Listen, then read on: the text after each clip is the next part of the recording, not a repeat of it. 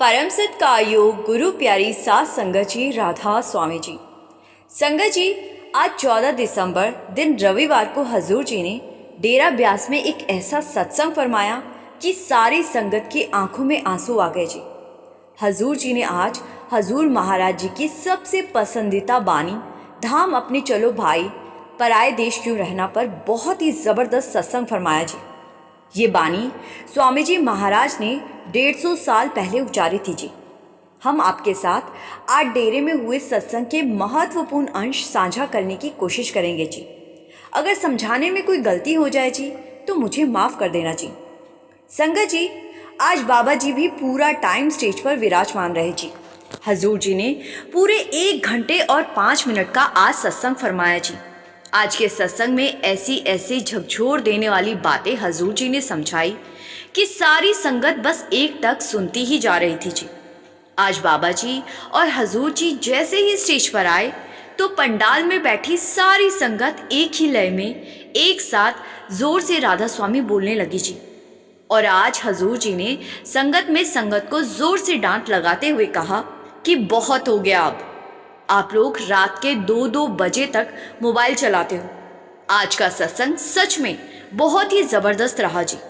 संगत जी, मेरी आपसे एक ही विनती है कि सत्संग को पूरा ज़रूर सुने जी।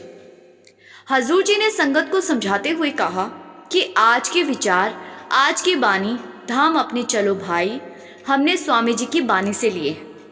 ये बानी स्वामी जी ने 150 साल पहले उचारी थी जी। हजूर जी ने फरमाया, यहाँ स्वामी जी कौन से धाम की बात कर रहे हैं। हजूर जी फरमाते हैं, जैसे बच्चे पढ़ाई के लिए अलग अलग शहरों और स्कूलों में चले जाते हैं और हम भी रोजगार के लिए इधर उधर भटकते हैं, लेकिन छुट्टियां आते ही सब अपने अपने घर लौट आते हैं, क्योंकि घर वही जगह होती है जहाँ से हमारी पहचान जुड़ी होती है, जहाँ हमें जन्म मिला होता है और जहाँ सच्चा सुख और अपनापन मिलता है। वही हमारा असली ठिकाना होता है।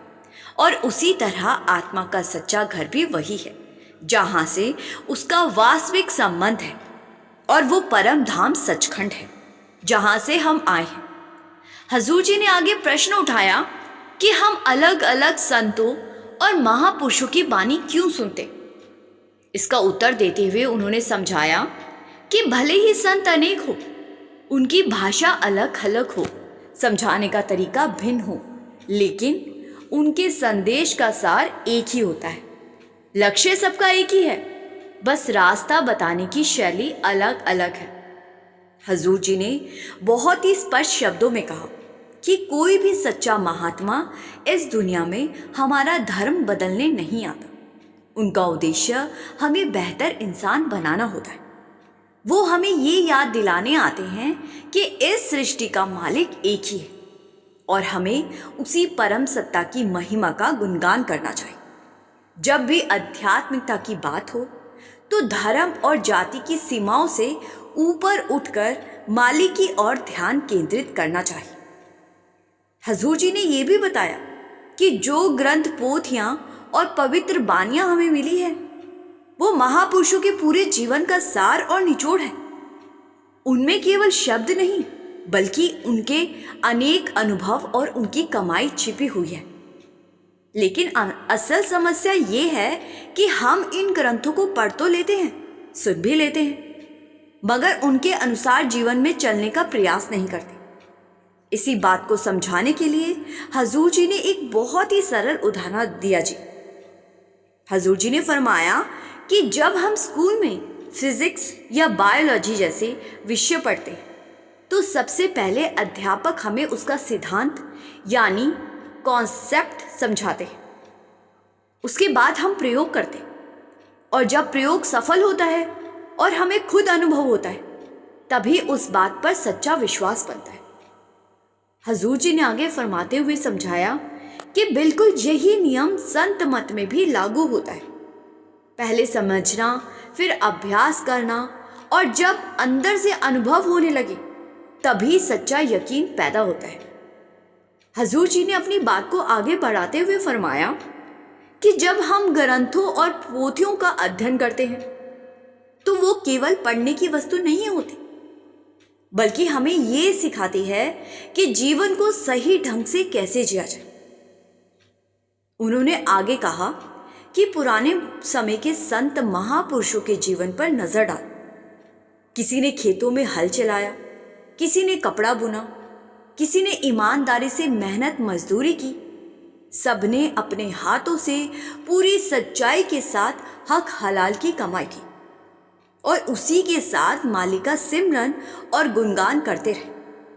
इसी क्रम में हजूर जी ने व्यास का उदाहरण देते हुए फरमाया कि बाबा जयमल सिंह जी महाराज फौज में सेवा करते थे। स्वामी जी महाराज भी अपने सांसारिक काम में पूरी तरह लगे रहते थे और आज के समय में बाबा जी भी अपने पारिवारिक कर्तव्यों को निभाते हुए संगत की सेवा कर रहे हैं। हजूर जी ने आगे स्पष्ट किया कि यही असली शिक्षा है, अपने दायित्व को पूरी ईमानदारी से निभाते हुए साथ साथ मालिक को याद करना और उसकी भक्ति में लगे रहना। हजूर जी आगे फरमाते हैं कि संगत का अपने गुरु के साथ संबंध केवल कर्तव्य का नहीं होता, बल्कि वो एक गहरे और आत्मिक प्रेम का रिश्ता होता है। अभी हमारी पहचान सिर्फ शरीर तक सीमित है। हम खुद को केवल देह के स्तर पर समझते हैं, जबकि हमें शरीर की सीमा से ऊपर उठकर सोचना है और समझना है। अब अक्सर लोग पूछते हैं कि जब हम ब्यास आते हैं तो भीतर एक अलग सा सुख और शांति क्यों महसूस होती। हजूर जी फरमाते हैं कि इसका कारण यही है कि यहाँ प्रेम का रिश्ता है। यही बात स्वामी जी की वाणी भी हमें सिखाती है। उनकी पंक्ति धाम अपने चलो भाई हमें इशारा करती है कि हमारा असली घर तो वही सचखंड है जहाँ हमारी आत्मा को सुकून मिलेगा, लेकिन अभी हमारा दायरा शरीर तक ही सीमित है। इसीलिए हम उस सत्य को पहचान नहीं पा रहे। हम यहाँ इस संसार के मोह माया में उलझ चुके। इसके बाद हजूर जी ने बानी का भाव समझाते हुए फरमाया कि बानी में कहा गया है, आए जाए सो माया। ये शरीर मिट्टी से बना है और एक दिन इसे मिट्टी में मिल जाना है। वास्तविक शक्ति तो आत्मा है। हजूर जी ने आगे उदाहरण देते हुए समझाया कि अगर गाड़ी में से इंजन निकाल दिया जाए तो उसकी कोई कीमत नहीं रह जाती। इसी तरह अगर मयान से तलवार निकाल ली जाए तो मयान बेकार हो जाती। बल्लभ से अगर बिजली निकाल दी जाए तो वो सिर्फ एक खोखला ढांचा रह जाता है। ठीक उसी प्रकार जब आत्मा शरीर को छोड़ देती है तो शरीर का कोई महत्व ही नहीं रह जाता। शरीर नश्वर है, नष्ट होने वाला है, लेकिन आत्मा अमर है। आत्मा कभी समाप्त नहीं होती। हजूर जी ने आगे समझाते हुए फरमाया कि ये बात और गहराई से समझाई कि उन्होंने कहा कि जैसे कोई अभिनेता किसी भूमिका को निभाता है और कई बार उस किरदार में इतना डूब जाता है कि अपनी असल पहचान ही भूल बैठता है, ठीक यही हाल हमारा भी हो गया है। इस संसार में आकर हम भी एक भूमिका निभा रहे हैं। अपने इस रोल में हम इतने उलझ चुके हैं कि आप अपनी वास्तविक पहचान को ही भूले बैठे हैं। फिर हजूर जी ने एक और सरल उदाहरण दिया जी। हजूर जी फरमाते हैं कि अगर आप किसी खास रंग का चश्मा पहनकर दुनिया को देखें तो आपको दुनिया की हर चीज उसी रंग की दिखने लगेगी जिस रंग का आपने चश्मा पहना है, जबकि वास्तव में दुनिया वैसी की वैसी ही रहती है। बस देखने का नजरिया बदल जाता है। दृष्टि बदलने से पूरी तस्वीर बदल जाती। हजूर जी ने आगे फरमाया कि बानी कहती है, आत्मा में राम, राम में आत्मा। आत्मा का वास्तविक घर परमात्मा है। वही उसका मूल स्थान है और वही उसकी अंतिम मंजिल है। और यही सत्य है जिसे संत महापुरुष हमें बार बार याद दिलाते हैं। संत पलटू साहब ने कहा था, साहिब क्या करे साहिब तेरे पास। बाइबल में भी लिखा है, we are the living temple of God, यानी परमात्मा का असली निवास हमारे भीतर है। वाणी में भी स्पष्ट है, चौथे लोक बसे एक स्वामी। यही कारण है कि संत हमें जाति पाति और धर्म मजहब से ऊपर उठाकर असली पहचान कराते। हजूर जी ने आगे फरमाते हुए समझाया कि हमारी असली कौम कोई जाति या मजहब नहीं है, हमारा असली देश कोई जमीन नहीं, हमारी सच्ची मातृभूमि सचखंड है, हमारी असली पहचान सतनाम है, हमारा वतन मालिक का इश्क और उसका प्रेम है। अब लोग पूछते हैं कि दुनिया में इतना दुख क्यों है। हजूर जी ने आगे फरमाते हुए समझाया कि हम इस गंदगी के बीच जन्म लेते, लेकिन हमें यही पहचानना है कि असली घर कहाँ है। हमें इस गंदगी को पीछे छोड़कर अपनी आत्मा की पहचान करनी है। हजूर जी आगे फरमाते हैं कि असली पहचान हमें तभी होगी जब हम भीतर की गहराई में सहज अवस्था में पहुंचे। यही इस जीवन का उद्देश्य है, सत्य को पहचानना। स्वामी जी कहते हैं, पराये देश में क्यों रहना। उदाहरण देते हुए हजूर जी ने आगे समझाया, जैसे एक शराबी गाड़ी चला रहा हो, रास्ते में मोड़ आया और गाड़ी पलट गई। ऐसा क्यों हुआ? क्योंकि ड्राइवर का गाड़ी पर नियंत्रण ही नहीं रहा। इसी तरह जब इंसान अपने जीवन पर काबू नहीं रखता तो दुर्घटनाएं होती हैं। इसीलिए ही शेख फरीद जी ने कहा था, चार गवाया हंड के चार गवाया संग। अब सवाल उठता है कि मालिक ने हमें किस काम के लिए भेजा है? क्या सिर्फ पराई चीजों के पीछे भागने के लिए? नहीं, बिल्कुल भी नहीं। मालिक ने हमें यहाँ मौका दिया है कि हम अपने आप को इस जेल खाने से आजाद करवा सकें। लेकिन हम क्या कर रहे हैं? कभी धन दौलत की दौड़ में, कभी पद प्रतिष्ठा की चाह में, कभी बच्चों के भविष्य और परिवार के झंझट में उलझ जाते। हजूर जी आगे फरमाते हैं कि प्रकृति में कई जीव ऐसे हैं जो लाखों अंडे देते। कुछ जीव हर समय खाते ही रहते हैं और कुछ तो अपने क्षेत्र को चिन्हित कर रखते हैं कि ये मेरा इलाका है। यानी ये सब प्रवृत्तियां हमने भी अपने जीवन में अपना ली हैं। हमारे और निचली जूनियों में फिर क्या फर्क रह गया? हजूर जी आगे फरमाते हुए समझाते हैं कि इंसान को सर्वोत्तम जूनी मिली है। हमें ये अक्सर सिर्फ खाने पीने या पैसा जमा करने के लिए नहीं दिया गया है। अफसोस हम इस मौके को खो रहे हैं। हजूर जी ने बहुत ही डांटते हुए कहा कि हमारे पास रात को 2 बजे तक मोबाइल चलाने का टाइम है, लेकिन भजन सिमरन करने का टाइम नहीं है। आगे हजूर जी ने समझाया कि अब जरूरत है ठहर कर सोचने की कि हमें भेजा किस मकसद से गया है। बाबा जी भी अक्सर समझाते हैं कि इंसान की बुनियादी जरूरत क्या है। सिर पर छत, खाने की रोटी, पहनने के लिए कपड़े और पानी। अगर किसी के पास 4 घर हो तो क्या वो चारों घर सोएगा? सोना तो उसको फिर भी एक ही कमरे में ही पड़ेगा ना, एक ही बिस्तर पर पड़ेगा। कितनी भी गाड़ियां खड़ी हो, सफर तो एक में ही करना है। कितने भी कपड़े पड़े हो, एक समय में तो बस 2 ही पहने जा सकते हैं। इसीलिए विवेक का इस्तेमाल करना जरूरी है। लेकिन अब समस्या ये है कि इंसान जितना पाता है उतना और चाहता है। क्या कभी किसी अमीर को कहते सुना है, अब बहुत हो गया, मुझे अब और नहीं चाहिए? क्या कभी किसी नेता को कहते देखा है कि मैंने बहुत सेवा कर ली, अब और नहीं, अब मुझे रिटायरमेंट चाहिए?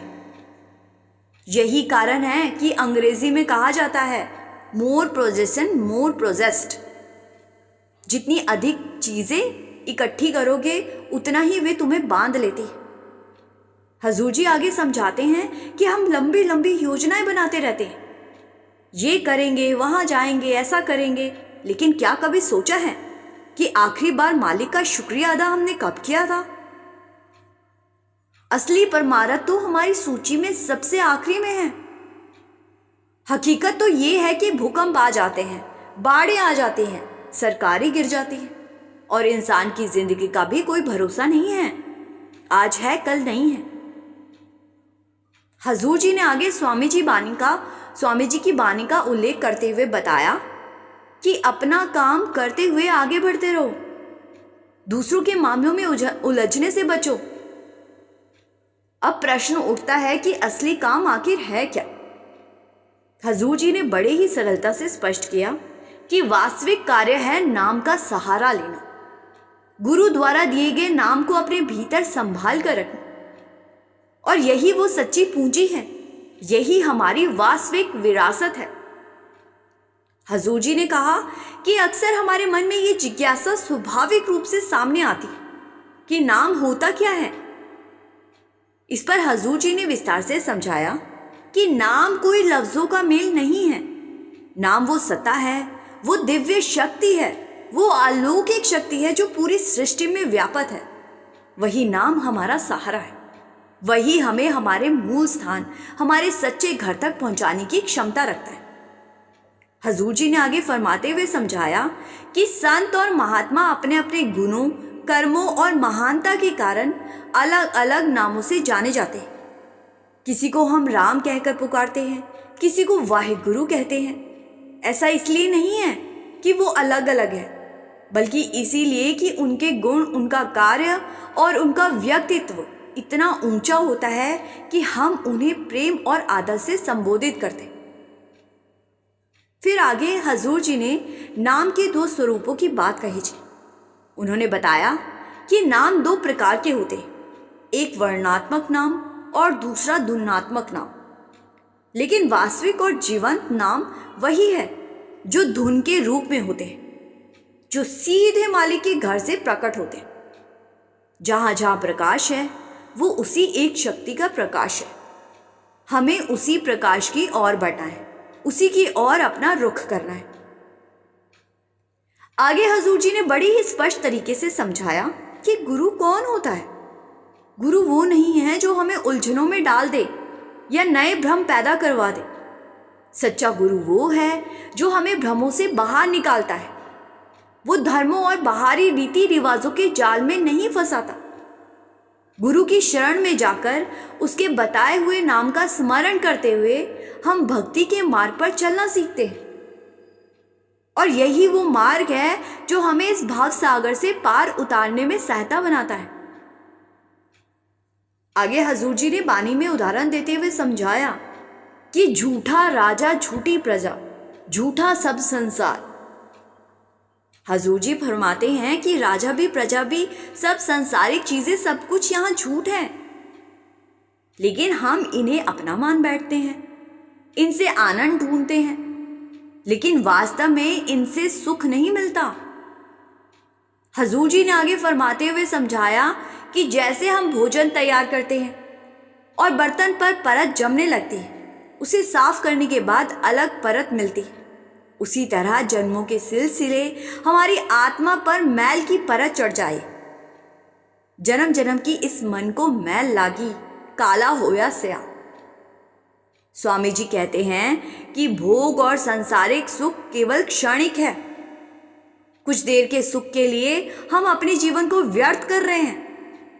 2 मिनट के मुंह के स्वाद के लिए हम जीव हत्या कर रहे हैं।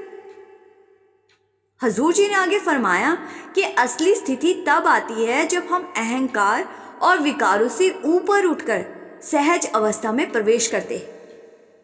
यही वो अवस्था है जिसमें हमें जीवन का सही अर्थ समझ आता है। हजूर जी ने आगे समझाया कि जीवन में 3 प्रकार के पहिए हैं, परमार्थ, व्यवसाय और निजी जीवन। इन तीनों को संतुलित रखते हुए ही व्यक्ति अपने जीवन की राह सही तरीके से तय करता है। इन तीनों को साथ लेकर चलना ही जीवन की सच्ची राह है। हजूर जी ने आगे फरमाते हुए समझाया कि जीवन किसी 100 मीटर की दौड़ की तरह नहीं है। ये एक लंबी यात्रा है, एक मैराथन जैसी। इसे हमें धीरे धीरे समझते हुए और नींव मजबूत करते हुए तय करना होता है। हजूर जी ने आगे फरमाया कि हमें जीवन में सब कुछ तुरंत सीखने की आवश्यकता नहीं होती, बल्कि अनुभव के साथ धीरे धीरे सीखना और समझना जरूरी है। हजूर जी आगे फरमाते हैं कि जैसे हम 15-20 साल पढ़ाई में लगाते हैं और उसके बाद अच्छी नौकरी पाते हैं, वैसे ही परमार्थ के मार्ग में भी धैर्य और समय की आवश्यकता है। मालिक हमेशा हमारे साथ है, हमें सिर्फ मालिक के भाने में रहना है, उसकी मर्जी में रहना है। हजूर जी आगे फरमाते हैं कि मालिक के भाने में रहने का सबसे बड़ा उदाहरण हमें इतिहास में देखने को मिलता है। फिर आगे हजूर जी ने इस बात को और भी अच्छे तरीके से समझाया जी। हजूर जी फरमाते हैं कि तीसरी पातशाही श्री अमरदास जी महाराज का प्रसंग सुनाया जी। हजूर जी ने फरमाया कि जब गुरु अमरदास जी महाराज वृद्ध अवस्था में पहुंच गए तो उन्होंने अगले गुरु के चयन का विचार किया। उन्होंने अपने सभी सेवकों को बुलाया और 72 चबूतरे बनवाए। फिर उन्होंने बार बार उन चबूतरों को तुड़वाने और दोबारा बनवाने का आदेश दिया। उस समय मौसम भी अनुकूल नहीं था जी। ये देखकर बहुत से सेवकों के मन में विचार आने लगे कि गुरुजी अब उम्र के इस पड़ाव पर पहुंच चुके हैं कि शायद इसी कारण वो ऐसे आदेश दे रहे। लेकिन उन्हीं सेवकों में से एक ऐसे भी थे जो आगे चलकर श्री गुरु रामदास जी महाराज बने। वो पूरी तरह से समर्पण की अवस्था में थे। गुरु जी का जो भी हुक्म उन्हें मिला उन्होंने बिना किसी विचार, बिना किसी प्रश्न के वैसे ही किया।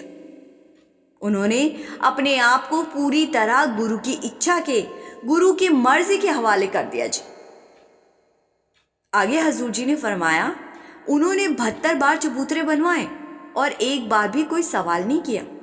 हजूर जी ने आगे समझाया कि ठीक इसी तरह जब हम भी शरण की अवस्था में पहुंच जाते हैं और स्वयं को पूरी तरह समर्पित कर देते हैं, तभी वैराग्य अपने आप प्रकट होने लगता है। शरण की अवस्था में पहुंचकर हम अपने अहंकार और मोह से ऊपर उठ जाते। इसके बाद हजूर जी ने चौथी पातशाही के समय का एक और प्रसंग सुनाया। हजूर जी फरमाते हैं कि जब विवाह का अवसर आया उसी समय दरबार साहिब की नींव रखी जा रही थी। उस दौरान गुरुजी ने अपने सबसे छोटे पुत्र यानी कि श्री गुरु अर्जुन देव जी महाराज को लाहौर भेज दिया और उन्हें यह स्पष्ट निर्देश दिया कि जब तक बुलाया न जाए तब तक वापस न आए। अब गुरु अर्जुन देव जी महाराज के भीतर गुरु दर्शन की इतनी तीव्र तड़प थी कि उनके लिए भेजे गए पहले 2 पत्र उन तक नहीं पहुंच सके, लेकिन तीसरा पत्र उन्हें प्राप्त हो गया। उस समय उनके भीतर भी वैराग्य की अवस्था जागृत हो गई और उन्होंने 5वीं पातशाही को अपना संदेश भेजा। हजूर जी ने इस पूरे प्रसंग के माध्यम से यही समझाया कि सच्ची शरण वही है जहां आदेश में रहकर बिना प्रश्न किए पूर्ण समर्पण के साथ जीवन जिया जाए और वहीं से आत्मिक उन्नति की शुरुआत होती है। अब जब हजूर जी ये प्रसंग सुना रहे थे उस समय हजूर जी खुद भी बहुत भावुक हो गए, लेकिन उन्होंने स्वयं को संभाले रखा और सत्संग की धारा को टूटने नहीं दिया। आगे हजूर जी ने फरमाया कि जब आत्मा के भीतर प्रभु से मिलने की गहरी तड़प जाग जाती है और उधर मालिक की भी कृपा दृष्टि होती है, तभी ये मिलन संभव होता है। ऐसे अवसर पर महापुरुष कहते हैं कि वही इंसान सचमुच भाग्यवान है जिसे जीवन में सच्चे गुरु और संत का सानिध्य प्राप्त हो जाए। हजूर जी ने आगे कहा कि लेकिन हमारी हालत ये है कि हम हर बात को केवल शब्दों तक ही सीमित कर देते। हम अपने अहंकार पर नियंत्रण ही नहीं रख पाते। उन्होंने आगे फरमाते हुए समझाया कि हम पढ़ाई के लिए स्कूल जाते हैं, वहां मित्र बनते हैं, फिर नौकरी या व्यापार में कदम रखते हैं तो नए नए रिश्ते बन जाते हैं। लेकिन जरा यहां रुककर सोचिए, क्या इन सब बातों पर हमारा वास्तव में कोई वश होता है? हजूर जी ने आगे उदाहरण देते हुए फरमाया जी कि यहाँ बैठे किसान भाई भी नहीं जानते कि इस साल उनकी फसल कैसी होगी। क्या ये उनके नियंत्रण में है? हमारे में से कोई नहीं जानता कि कल क्या होगा। हजूर जी ने बहुत ही साफ शब्दों में समझाया कि इंसान के हाथ में वास्तव में केवल एक ही चीज़ है और वो है उसका नज़रिया। कर्म तो अपने अनुसार फल देते ही हैं, लेकिन किसी भी परिस्थिति को हम किस दृष्टि से देखते, ये पूरी तरह हमारे हाथ में है जी।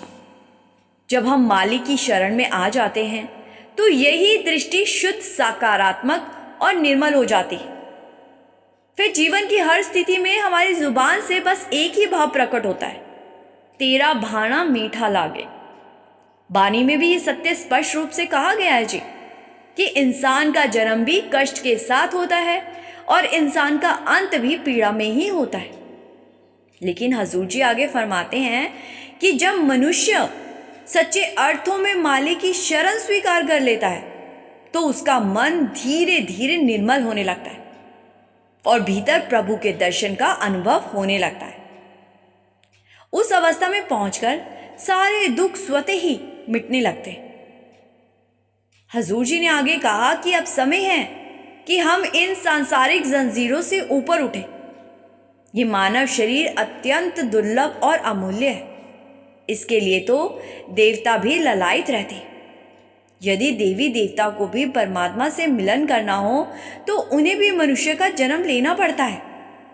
लेकिन दुख की बात यह है कि हम इस अनमोल जीवन का उपयोग कर रहे हैं।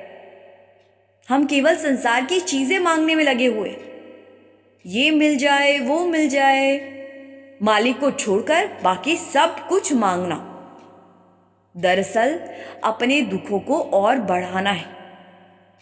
बानी में भी यही चेतावनी दी गई है कि तुझ बिन और कुछ मंगना सब दुखा दे दुख, अर्थात प्रभु से अलग कुछ भी चाहना दुखों पर दुख को बुलावा देना है। हजूर जी ने आगे फरमाते हुए समझाया कि अब हमें कर्म कांडों की सीमाओं से बाहर निकलना होगा। हम अक्सर ये मान लेते हैं कि किसी पवित्र सरोवर में स्नान कर लेने से हमारे पाप धुल जाने हैं, लेकिन वास्तविक शुद्धि बाहरी स्नान से नहीं होती जी, बल्कि रोज 2-2.5 घंटे ध्यान लगाकर नाम की कमाई करने से होती है।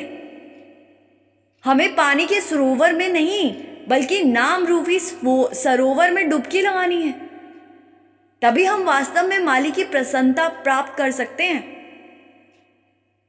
हजूर जी ने आगे फरमाते हुए समझाया कि हमें हर दिन मालिक का धन्यवाद करना है, लेकिन हम ऐसा शायद ही करते हैं।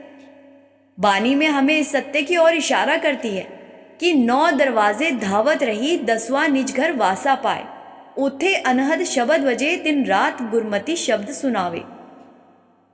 अर्थ ये है कि जब आत्मा बाहर की 9 इंद्रियों में भटकना छोड़कर भीतर के द्वार में टिकट जाती है ना, तब अपने असली घर का वास मिलता है। वहां दिन रात अनहद शब्द गूंजता है और गुरु की दी हुई युक्ति से वही शब्द सुनाई देता है। यही अवस्था है जहां सच्चा सुख, शांति और पूर्णता प्राप्त होती है। हजूर जी ने आगे संगत को समझाते हुए कहा कि ये वो अवस्था कैसे प्राप्त होती है जब हम शांत होकर बैठते हैं, नियमित रूप से नाम का अभ्यास करते हैं और शब्द की कमाई करते हैं, तभी भीतर अपने आप सब कुछ घटने लगता है। जैसे ही हमारी चेतना अंदर की ओर उठती है, आत्मा की ज्योति मालिक की ज्योत से जुड़ जाती है। उस क्षण मन की सारी उथल पुथल शांत हो जाती और अद्वैत का अनुभव होने लगता है। हजूर जी ने आगे फरमाते हुए बताया कि दूसरी पातशाही ने मालिक के असंख्य नामों का वर्णन करते हुए कहा कि बलिहारी जाऊं जेते तेरे नाम है। इन वचनों के माध्यम से यही समझाया गया है कि सच्ची भक्ति केवल शब्द की साधना है। जब हम शब्द की भक्ति में रम जाते हैं, तब आत्मा स्वाभाविक रूप से परमात्मा में विलीन हो जाती है। अब आगे हजूर जी फरमाते हैं कि स्वामी जी के वचनों का उल्लेख करते हुए हजूर जी ने फरमाया कि जब आत्मा का परमात्मा से मिलन होता है तो वो ऐसे आनंद में डूब जाती है कि उसका अलग अस्तित्व शेष नहीं रहता। आत्मा स्वयं मालिक रूप हो जाती है। जैसे सूर्य की किरणें सूर्य में मिलकर स्वयं सूर्य हो जाती है, या जैसे पानी की एक बूंद सागर में मिलकर सागर ही बन जाती है, उसी प्रकार आत्मा भी अपने मूल स्रोत में समा जाती है। और यही कारण है कि हमारा वास्तविक घर सचखंड है। संगत जी, ये सभी गुण और प्रेम पूर्वक बातें आज सुबह के सत्संग में हजूर जी ने संगत के साथ साझा की जी। सत्संग के समापन पर हजूर जी ने अगले सत्संग की तिथि भी बताई जी और फिर हाथ जोड़कर बाबा जी के साथ मंच से विदा हो गए जी। अंत में संगत जी, हमारी आपसे हाथ जोड़कर बस इतनी सी विनती है कि कमेंट में प्रेम भरी राधा स्वामी जरूर लिखिए जी। और संगत जी, संगत के अपने इस चैनल को खुशी खुशी सब्सक्राइब जरूर करें जी। गुरु प्यारी साथ संगत जी, राधा स्वामी जी।